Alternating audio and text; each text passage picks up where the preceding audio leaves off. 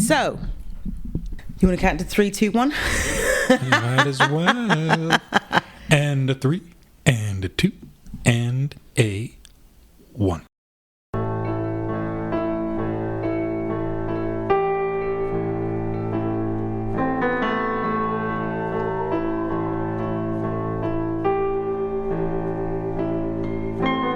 I'm William DeWan. And I'm Gillian Jackman. We are the hosts of Memories, where we explore the relationship between anomalous experiences and belief.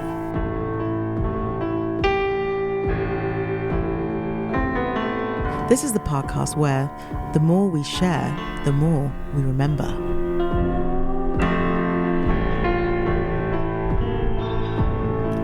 Hi, Gillian. Hi, Bill. How are you? I'm good. How are you? Good. How's your week? Really, really good. Yeah? Really good week. Yeah, I can't believe how fast weeks are flying now. Can you believe it's June already? It's almost halfway through the year. I mean, I'm getting looking forward to Halloween, which will be here, in a couple of weeks at this point. You know? I mean, put your trees up at this point. Like, do you know what? Just don't take the tree down. I think I've seen people who have used that strategy. It's like, There's no point. And it's a huge pet peeve of mine to see Is it? Christmas lights up like in March. I'm like, you lazy bastards. Bah humbug you.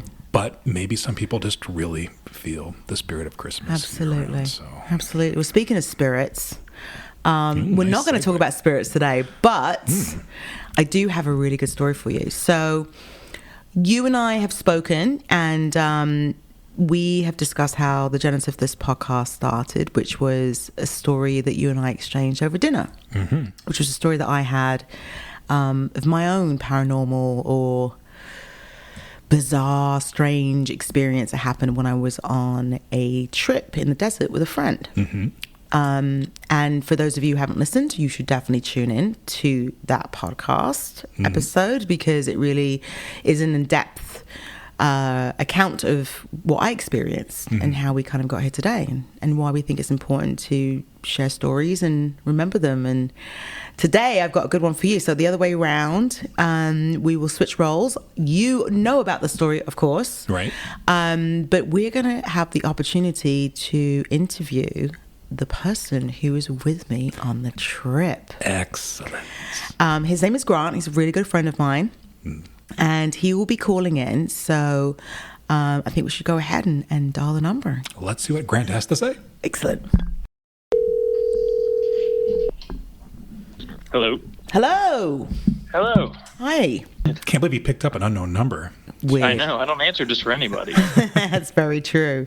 How are you? I'm very well. How are you guys? I'm doing good. I'm good. So Grant, we would love today for you to share the event that took place when you and I went on a trip in the desert. This Correct. was probably 2021, August 2021. I'm gonna lean on you for some of those more like details. I remember it was like peak COVID, Yes. which is one of the reasons why we like absconded to the desert. Exactly.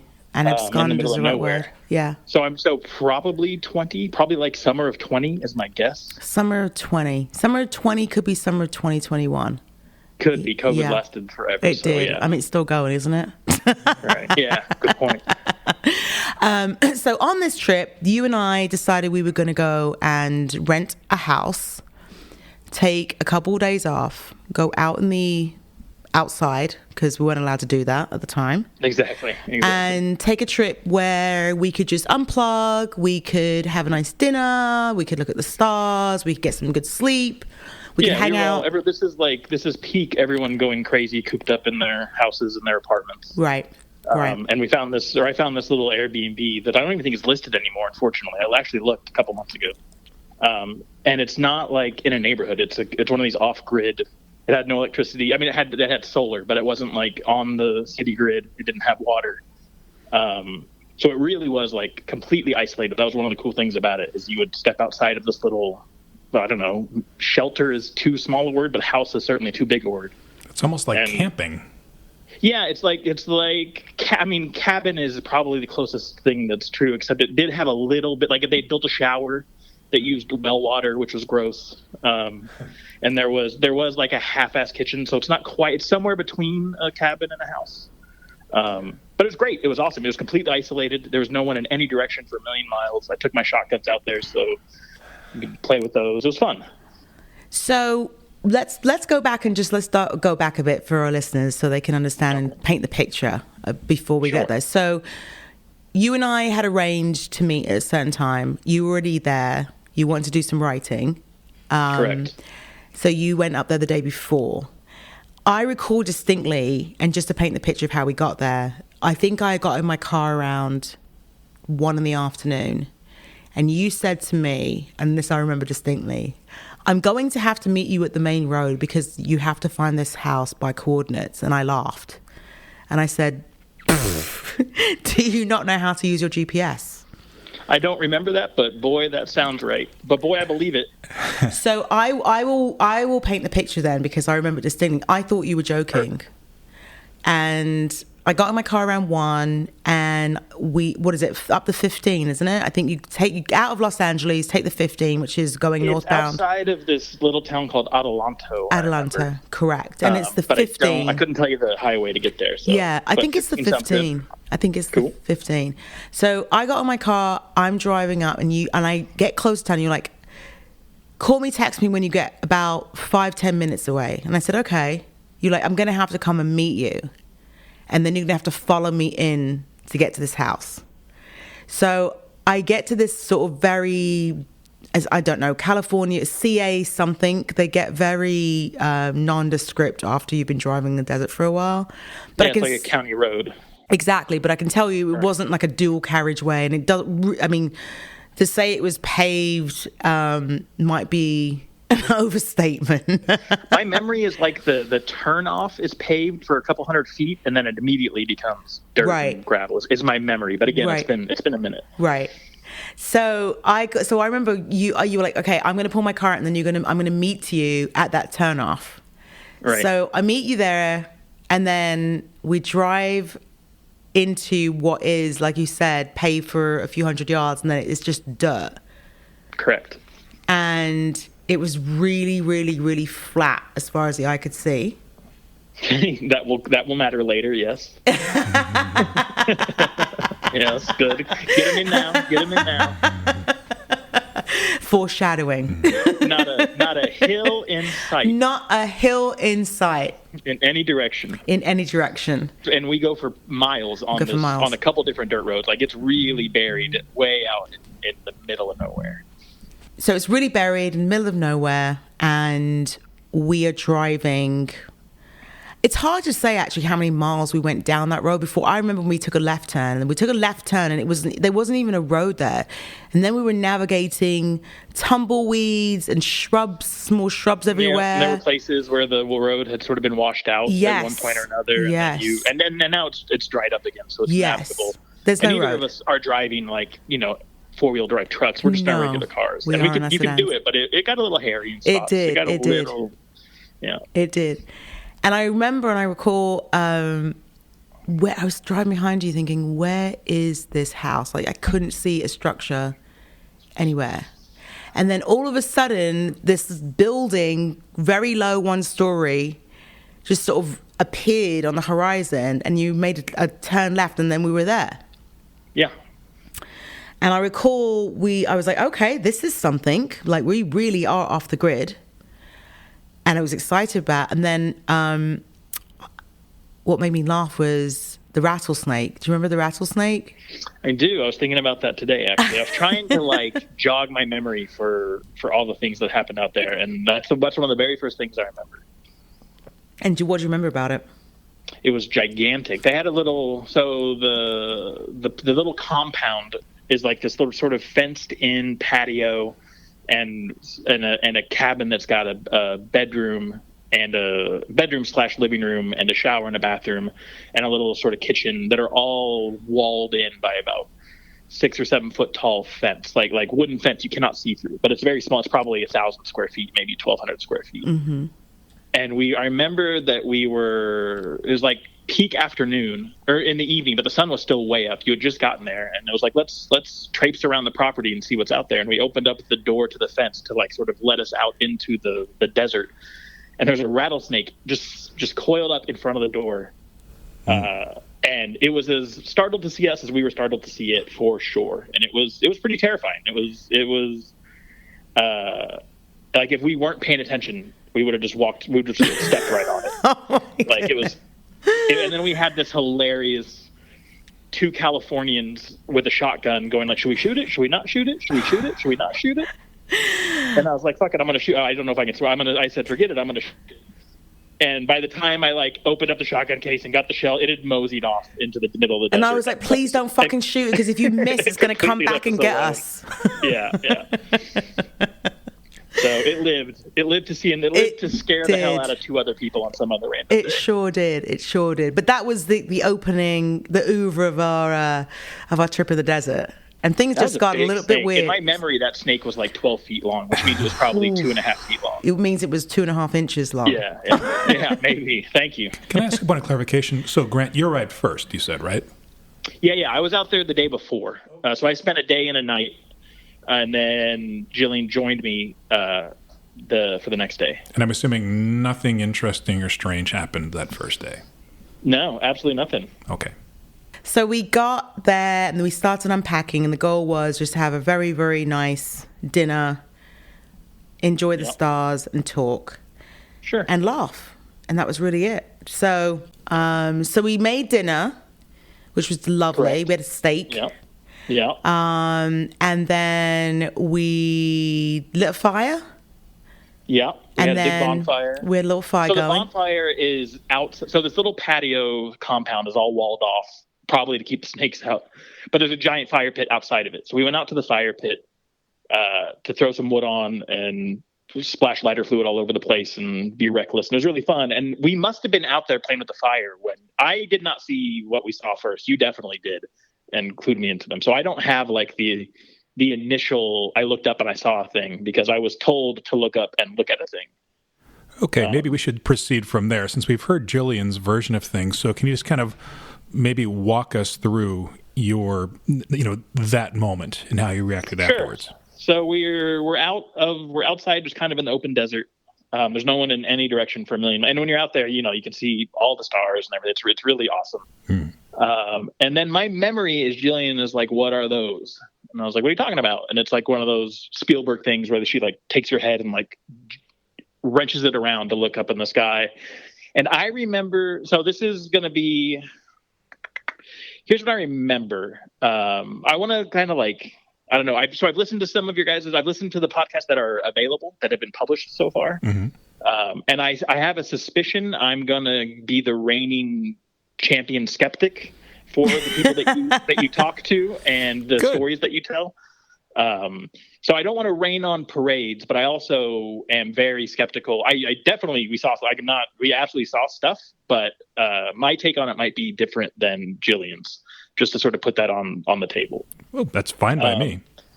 So I look up and I see 2 or 3 hovering bright lights that seem to be a couple hundred feet away, maybe a couple thousand feet away. They're not super, super close. It's not like they're right on top of us. They're kind of off in the distance a little bit. And Gillian is like, what the hell are those things? And I'm immediately just dismissive. I'm like, what are you talking about? There's hills back there, which we now know is not true. And I'm trying to talk her into the fact that these lights are probably just like radio towers or something similar that's like on the top of these hills. But in the total darkness, you can't see the hills. You obviously they look like they're hovering. And I don't know why I got so hell-bent stuck on the fact that there must be hills over there and these are just lights on top of the hills. But for a long time, I was really convinced that's what was going on. But there are these, I remember 2 or 3 of them. They were not super near each other, and they were kind of hovering about and kind of lazily moving about. They weren't like pulling off some of these crazy maneuvers that no other, it's not like they dart 100 feet this way and then immediately turn and go 1,000 feet that way. They're pretty stationary, and they're like pulsing. Gillian, what I remember is that they're like pulsing from like the center is like becomes a bright light, and then almost like these little fingers in all directions spread out, almost like a firework in slow motion without any sound. Just kind of this like this quiet light expands, and then it dips to nothing.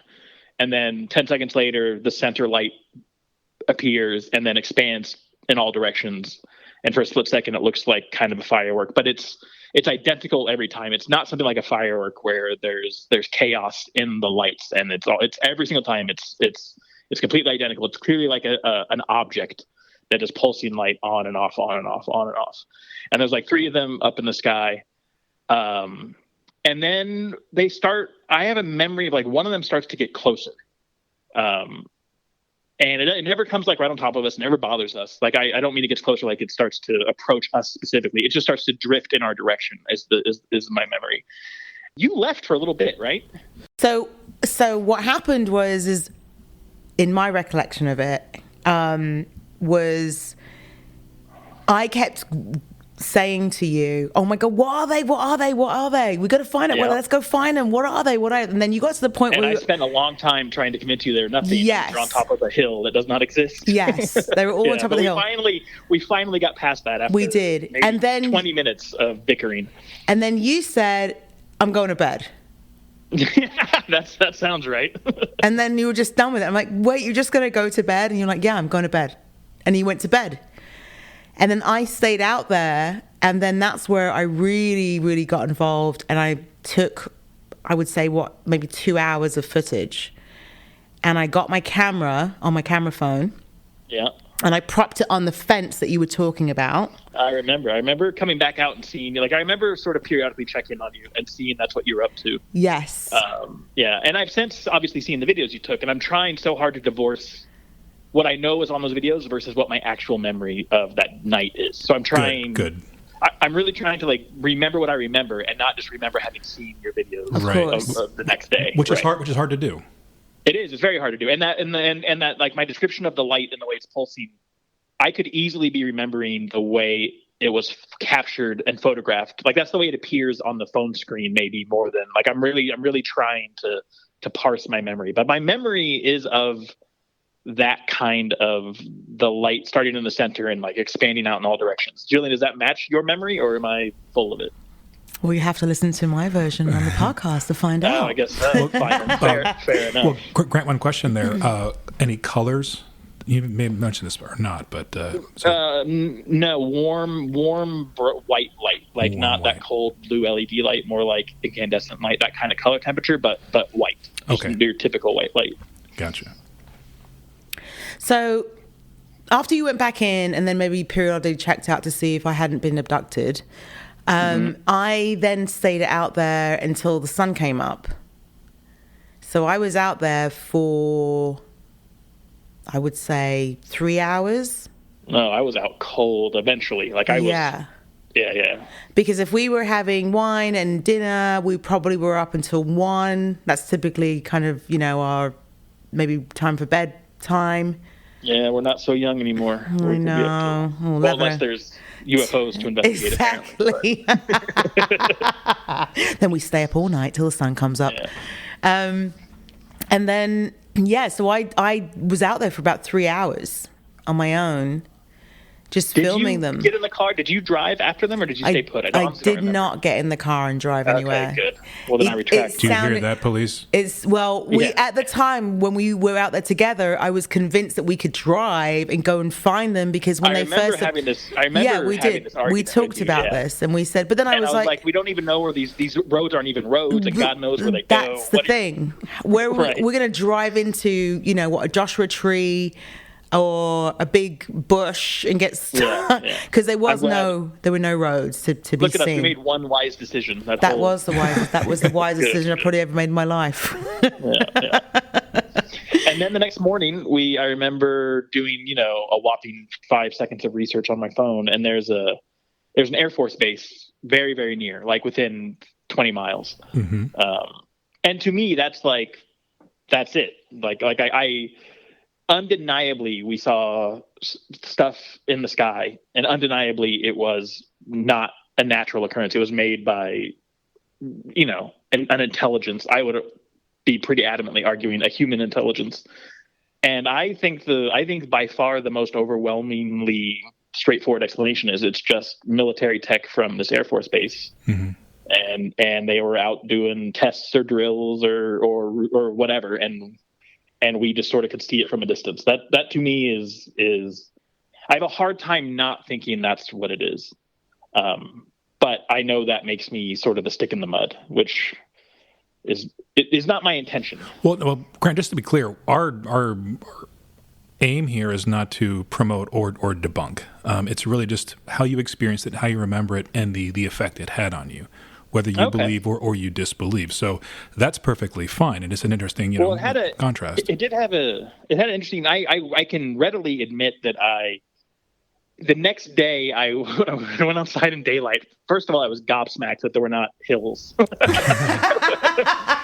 I looked around and I was like, "You've got to be kidding me." And so that really, in a very, very, very small way, was like a tiny little bit of like, don't be so smug about the things you think you know, because sometimes you don't know what the hell you're talking about. And in that one instance, boy, that turned out to be true. But it's the only time that's ever happened in your life, so only time in my life. No, and then immediately following that was, while I still absolutely would testify in a court of law that I believe firmly that those things came from that Air Force base, I will admit that, like, looking around and seeing that there were no hills immediately, like, raised suspicion in me. Like I immediately was kind of disappointed in myself for so easily being certain the night before, like, that's nothing. Don't even, what are we even wasting our time for? Yada, yada, yada. Because the thing that I thought it was obviously wasn't, as soon as I see that there are no hills there. So suddenly the question becomes like, oh, how much of what I thought I was certain about was I wrong about? So that is a real feeling and a real impulse. However, I'm pretty sure I'm right. Well, aren't we all? Exactly. So what's interesting here is, so you talked about, in your memory, 2 to 3 objects hovering. You said lazily moving, mainly stationary, with the pulsing, the strange kind of almost slow firework finger kind of thing. So you never saw anything move, like dart around erratically, that maybe like a drone, wouldn't account for. No, not that I remember. No, my memory is that they were almost, I mean, obviously they weren't because they're in the air, but like they moved as if they were almost floating in water, like that kind of like lazy on a current, kind of drifting sort of back and forth in small little areas is how they seem to be moving to my eyes. And I think what I would definitely agree with in both of our accounts is when we first saw them, they did appear to be doing just that. But as the night went on, things really changed. Oh. And so my video footage is really the only piece of, if you call it, evidence that can support what I was seeing, because I remember them darting around and moving very quickly off to the left, and not in the beginning, not when we first saw them, but as time went on, almost like there was some sort of performance element. They were waiting for the skeptic to go to bed? That's right. Maybe. I always wait for the skeptics to go to bed to start the party. Yeah. The party always gets better as soon as the skeptics I know, that smug guy. Well, actually. Get this jerk out of here. Well, Grant, how long do you think you watched this before you actually went to bed? Do you have an estimate? An hour? Okay. So you're there. We were probably out there together for a while. I mean, we bickered about those non-existent hills for too long. We did. We love to argue and debate, so we were probably. Yeah, I would guess an hour. Like, as soon as they appeared, they really occupied Gillian's attention, and so we were kind of like, well, this is where we're going to spend the rest of the night, is staring at these things, because look what just entered the conversation. And after about an hour, I was like, all right, I've seen it. Like I've seen it, and I know that it's just lights on the hill. I'm going to sleep. Yeah, yeah, exactly. Yeah. So I think I was out there about an hour. Would be my guess. But in your mind, you feel that they were under intelligent control. Oh, definitely. I feel they were intelligently created, but they're not a natural phenomenon, and they were being controlled, maneuvered by someone as well. They weren't just like drifting in the wind as if they weren't being controlled. They were definitely being controlled. And what were your feelings on the UFO topic in general, prior to the incident, afterwards? I am of two minds. I am one of those people that if you just sort of have a fifth grade understanding of the universe, which is about what I would claim I have, it sure seems way, way, way too big. That's generous of you. Yes, it really is, isn't it? Yeah. I gave myself a couple graduations in between. Yeah, you did. So like the probability that we're the only life forms out here is just completely nonsense. Like it's almost impossible to believe that could be true. I also don't think that any intelligence that would be smart enough to get here is dumb enough to be observed by where we currently are in our evolution of understanding of things like science and physics. The amount of control over physics and science it would take for an intelligence to travel to here from a place that's the way that we can't observe them would be so far beyond our understanding of physics and science that to allow us to see them would seem foolish. They would be like ants in an ant farm trying to determine the zookeeper that's a million miles away on the other side of the zoo. Like our perspective is so small. Mm-hmm. And the perspective that it would take to intergalactically travel is so big that it's the disparity in those intelligences. I can't imagine they're also crash landing in Nevada or are coming down and like kidnapping people. There's a point at which my skepticism takes over. Mm-hmm. So that is, and I feel that way pre and post, even though I absolutely will own up to having witnessed a thing that I cannot explain. Like I think the simplest explanation, if we were to ever find out, would be the Air Force bases right there, obviously. Right. But I don't know that. Like, there's no way to know that that's true. And so I'm absolutely someone who experienced an unidentified object that was flying. Like there's no question. Is there any other explanation you've entertained beyond, project from the Air Force Base or alien spaceship? I mean, there's always, like the hobbyists who just built a thing and sent it up into the air to play with it one night. Because it's so close to the Air Force Base, I find it hard to believe that a third party of any sort, whether it's just a bunch of idiots out in the desert or it's a bunch of physics professors who are not like whatever it is, because it's so close to that Air Force Base, I imagine that air is so heavily patrolled. Mm-hmm. That I find the least likely explanation, frankly, is just a kind of casual civilian who decided to send some lights up on a balloon or whatever. I don't think that passes the smell test, given that they're likely doing that within like protected U.S. government airspace, which is probably asking for trouble. Right. Well, that makes sense. Ever read any books on the subject? No, not nonfiction books. I mean, I've torn through a bunch of Stephen King books in my life and a bunch of fun like science fiction genre, but I've never like dug into the nonfiction side of this. I know very, very little. And I know a lot. I have a brother who is more interested in this than I am, and he is very aware. There's been and I'm sure as are you guys, there's a ton of stuff that I don't know, that I've not followed closely in the last couple of years, that is getting declassified and that is making its way in testimony in Congress, making its way to the public, and their outlets, like the 60 Minutes of the world, are taking it more seriously. That is a world I am not steeped in, but I know it does exist, mm-hmm. and it is being mainstreamed more than it ever has in my life, at least from a million miles away looking at it. Like, again, I don't follow it super closely. And would you describe yourself as skeptical towards religion as well? Yeah. I think you could describe me as skeptical towards anything that can't be proven.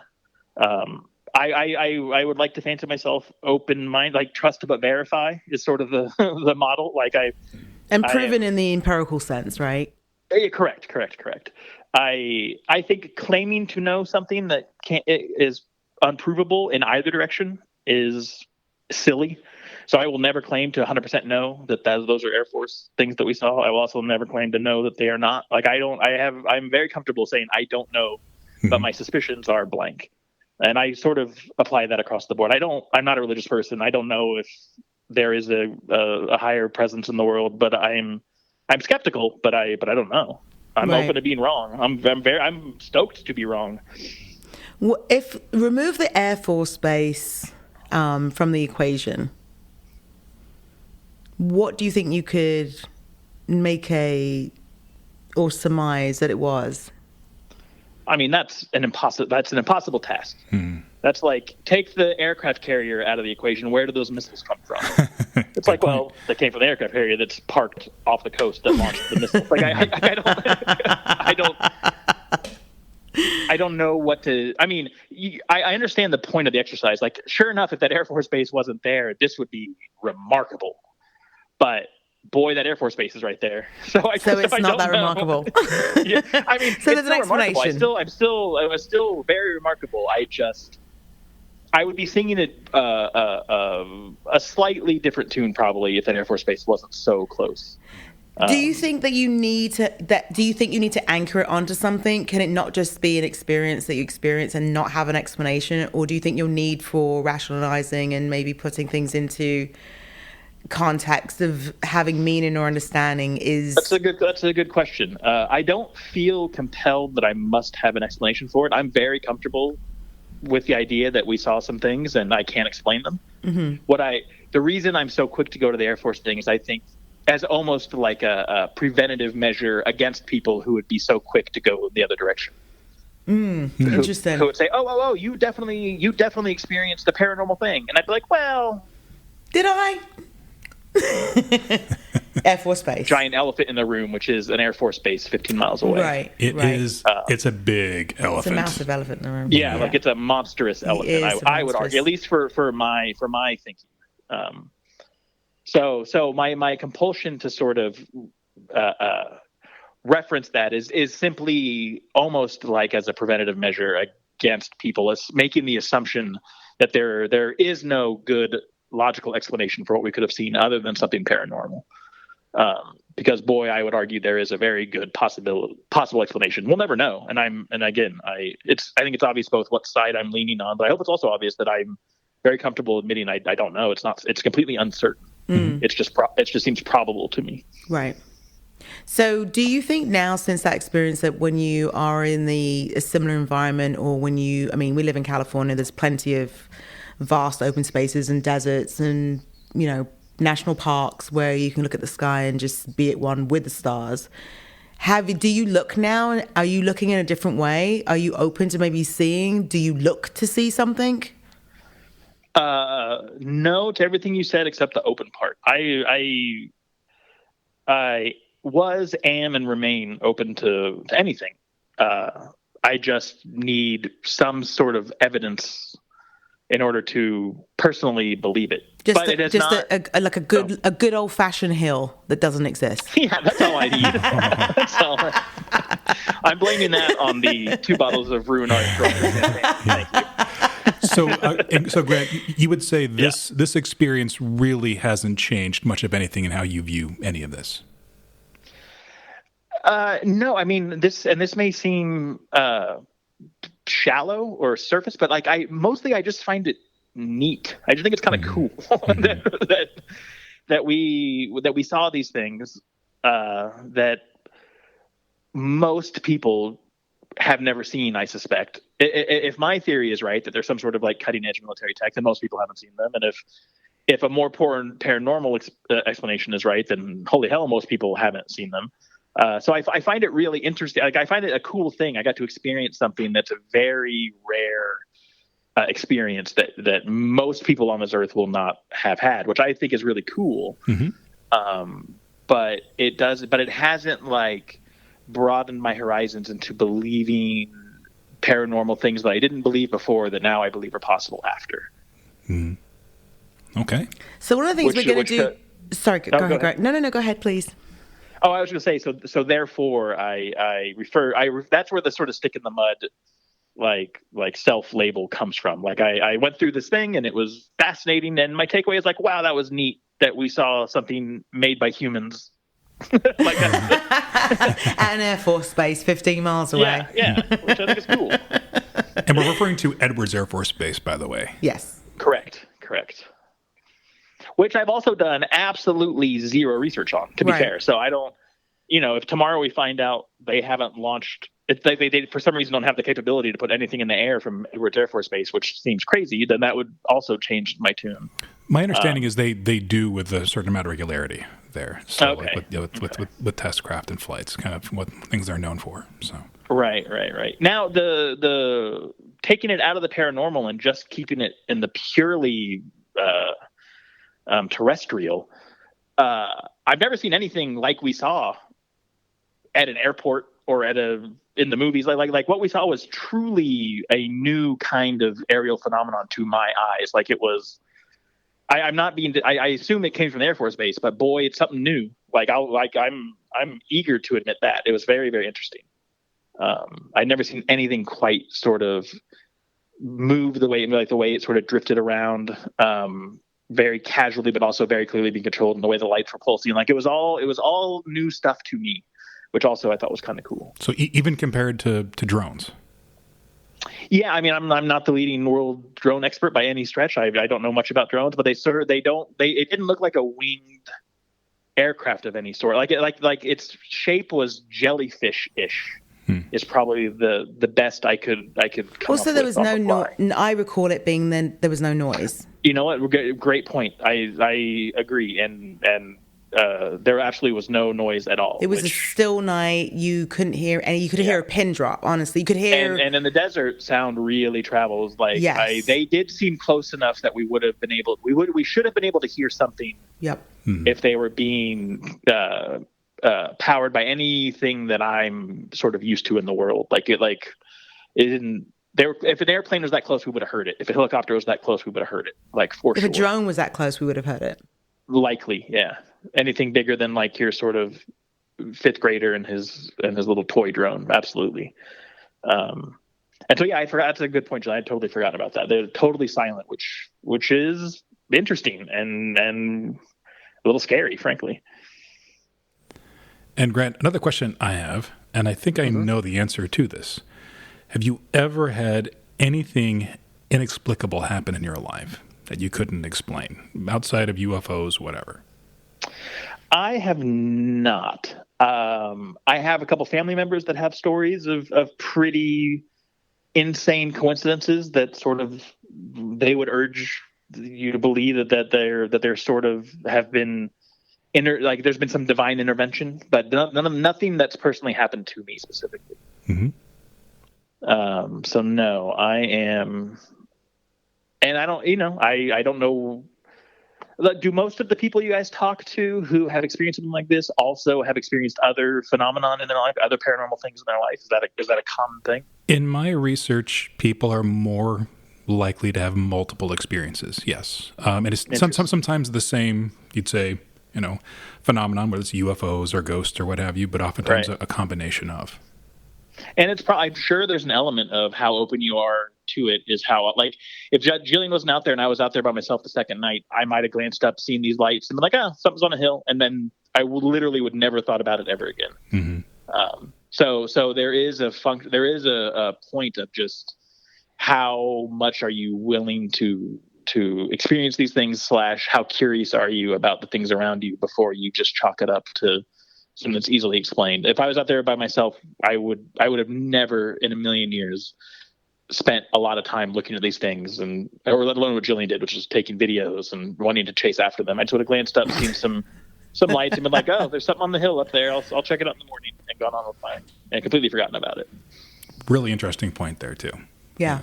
Really interesting.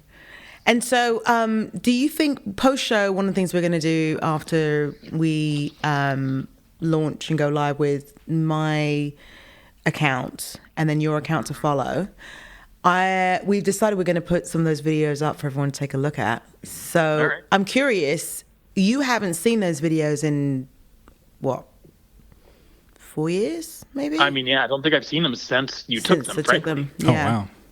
So it'll be interesting to see your reaction. Love to have you engage Sure. On Instagram. And please scrub those videos for anything horrible I might say in the background. And, what is that hill over there? That's just the hill.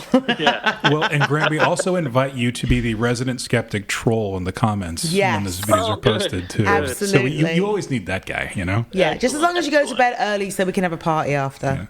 Yeah. No, I mean, yeah. I mean it when I say it. Like I don't.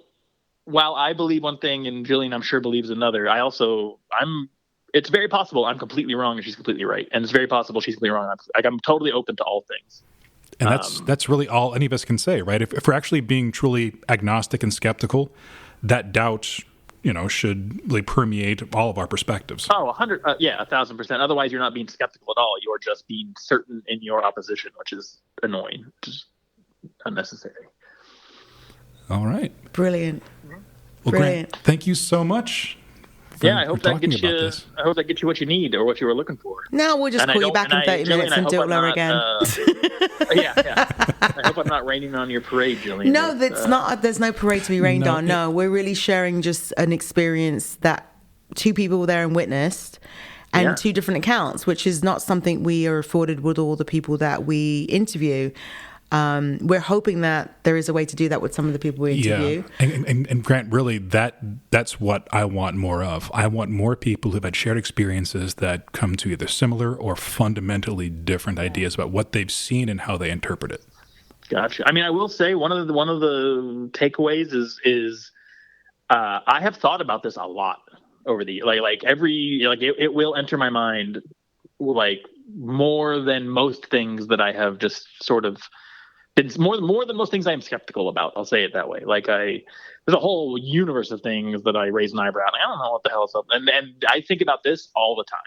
I don't know what that means. I don't know if that means anything. But boy, it left an impression, even if it didn't convince me of anything.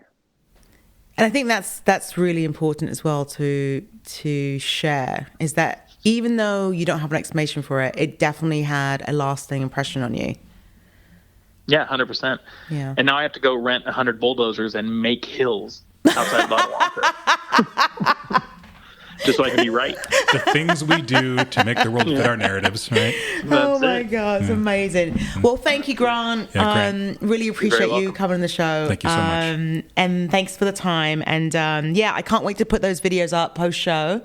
And then would love for you to dive in and give us all your skepticism and, how many hills were there. We could do like a spot the hill kind of competition. But again, thank you. Really, really appreciate your time. Thank you, Grant. No problem. All right. Have a good evening. Bye, guys. Bye.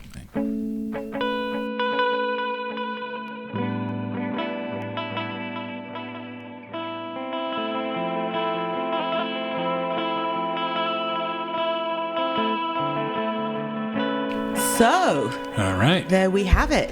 Very interesting. Interesting how, looking at bad art. Yeah. I guess interesting is not a very helpful word. It can be if you're looking at bad art. You don't want to offend anyone. That's true. Oh, you made that. Oh, good for you. That's so interesting. It's like bad feedback on a podcast. Oh, it was very interesting. Really yeah, interesting. Wow. I'm going to listen to the next one. Not. So I'll say a couple things here. Sure.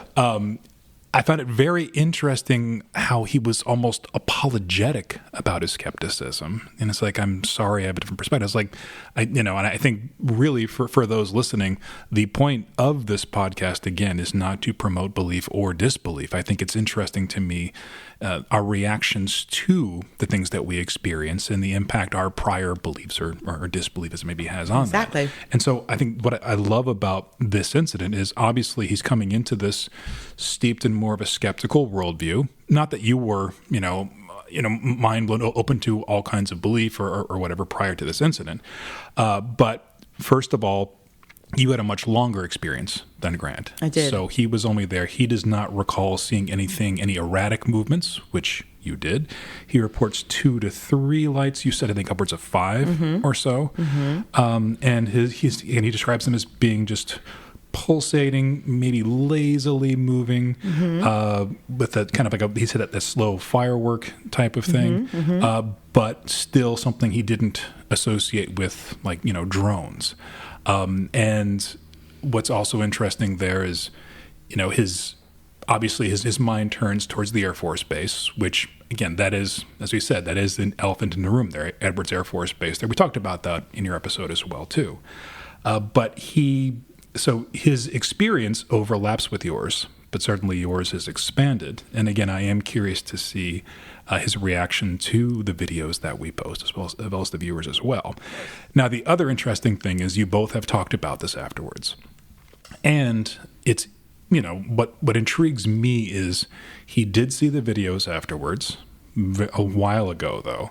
And one does wonder how much and how little those videos then have played a role in his memories. So, yeah, of course. As we've talked about, our memories are reconstructions of these past events. And what he reported and what you reported, even with the video in mind, isn't necessarily going to match up if we were actually to be able to teleport right back to that incident. And so the experience had had a profound effect on both of you. For him, it was like, this is wild that the Air Force has this technology, which is, again, a very interesting, outcome.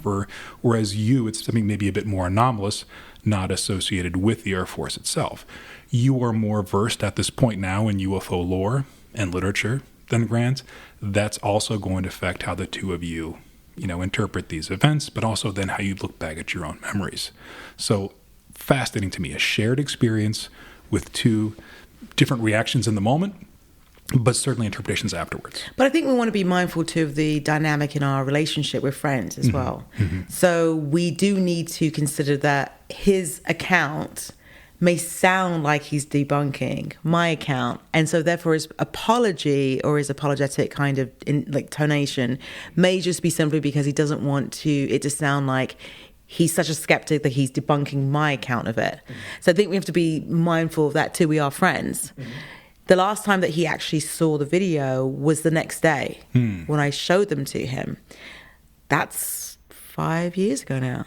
So it'd be interesting to see when we do post them post-show how he interprets them and what connections he can make between his shared experience, which to his own admission is, probably a little bit patchy in some parts, right, as is mine, and how the actual footage will maybe validate or reinforce some of the things that he saw or didn't see.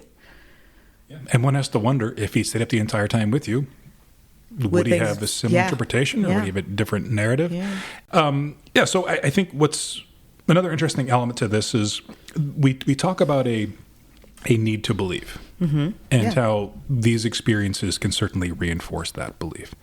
But as I've talked about and as I'm writing about right now, there is also a need to disbelieve. And that certain experiences we can't explain can really rock our worldview, whatever it is that we happen to believe in. And people who describe themselves as being skeptical, that they're not immune from that as well too. And there can be a tendency to want to quickly explain things away that we're unsure of or uncertain about for that very reason. Now, there may be an element of that to Grant's narrative, but I also think, to be fair to him, he's open about that. And I think he's really doing his best to take on a truly skeptical approach in looking at these things. I genuinely feel he is open to being wrong. Oh, yeah. Which is not always the case. No, and I think also, too, that's why the question that I asked him was, take away the Air Force, and then how do you talk about that experience? And he's like, well, that's like saying, taking the battleship and asking where the missiles came from. Again, I think that's a really interesting question, because it's almost the need to not disbelieve something, but even if you are unsure of what you're seeing, to rationalize it. I think rationalizing is a way that we can get to disbelief, right? In a way, is because we need a reasonable explanation to get there, and then that can seem like disbelief because it pushes you in the other direction, away from thinking that, yes, it could be anomalous, it could be something otherworldly, non-terrestrial. Right. So it's a fine line that you're walking almost, right, between being a staunch skeptic and then maybe being somebody who's a proponent for, yes, there are things in the sky we can't explain, they're not from the Air Force Base. And as we said, I think it's a good point. It's hard to remove the Air Force Base element from it. Of course. But what I also found interesting is that when he talks about why he leans towards explanation, he also brought up familiar things we hear about alien life. the distance between stars, for instance, how much time and energy that would take. I think he also references, why would they want to show themselves to us? And again, I think I see those as fallback explanations time and again for people addressing the subject with a very specific idea of UFOs, but also if I were an alien, this is how I would do it. So it's an emic response to a situation where you're looking at it through the lens of how you would approach it versus we have no idea how other, alien life forms would approach it. We don't know that. Right. We don't know that. It's like, why wouldn't they land in the White House lawn? It's like, well, I can think of a lot of reasons why they would not. I'm not going to Washington. But also there's, there's also like, again, it's hard to get out of thinking like a human being. Of course it is. It's the only way you can think. All of us, when we're talking about ideas about aliens or whatever, we're imagining funhouse mere distortions of ourselves, our own behaviors, our own motivations.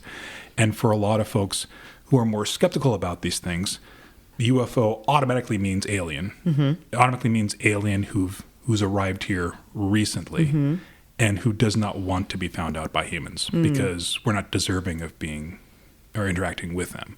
And those are all some very, very interesting sort of assumptions and ideas that kind of go into that mindset. But I think those also come from the way they were mediated. I think it's from the, pop culture, from movies, from books.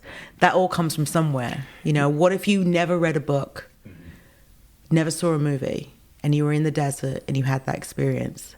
How would you rationalize it? What if you were I'm sure there were things that, in our ancestral, distant past that was witnessed. How was it explained? It'd be interesting, right? We're talking about the possible origins of religion itself, right? That term, absolutely, experiences we cannot explain. Absolutely. And so, the UFO is just another label on that continuum, whether we believe or disbelieve. Yeah. So I think from both of your perspectives, there's a lot of revealing stuff here. And Definitely. And I love accounts like this. I love shared accounts for that very reason. Of course. It's a window into our memories, how our minds work, how they can change things over time, but also how what we bring into an experience is just as important as what we actually see. Yeah, and also too, I think it's, we watch enough true crime to know that we see two people's accounts of witnessing the same thing. They're always very different. Yeah. Always very different. Yeah. Always very different. So it's you draw on things that you understand and you draw on things that make sense to rationalize something that happens to you. Your worldview is definitely part of that and how you construct that. And an experience like this can do one or two things. It can, reinforce your worldview, which is why we have religions, or it can, dismantle it in some ways and ask you to look at things in a different way. And it's always much more, I hate to use this word, but traumatic for us with the latter. Of course. Truly shakes up our worldview, our ideology. It's a painful process for many of us. So, which is why much of what we experience, we will look at in a way that reinforces what we wish to be true, whatever that we happen to believe about the world. He loves me. Yeah. He loves me not. Oh boy, time for the therapy. Brilliant. Well, that was a great one. That was great. Really enjoyed it. Thank you. The more multi-witness accounts, the better, folks. And what happens is the more we share, the more we remember. So true. So true. Right, Until everyone. next time, thanks for listening, everyone, and we'll tune into you guys next week.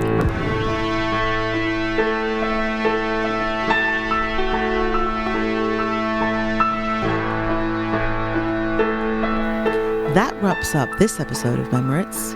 Please be sure to follow us on all the social medias. And in the meantime, if you or anyone you know has a story you'd like to share with us, please email us at memoritspodcast@gmail.com. And special thanks to our editors, Jonathan Sanders and Chuck Jurich. Our theme music is composed and performed by Chuck Jurich and Sarah Still. And last but not least, a special studio shout out to our mascot, Cashew.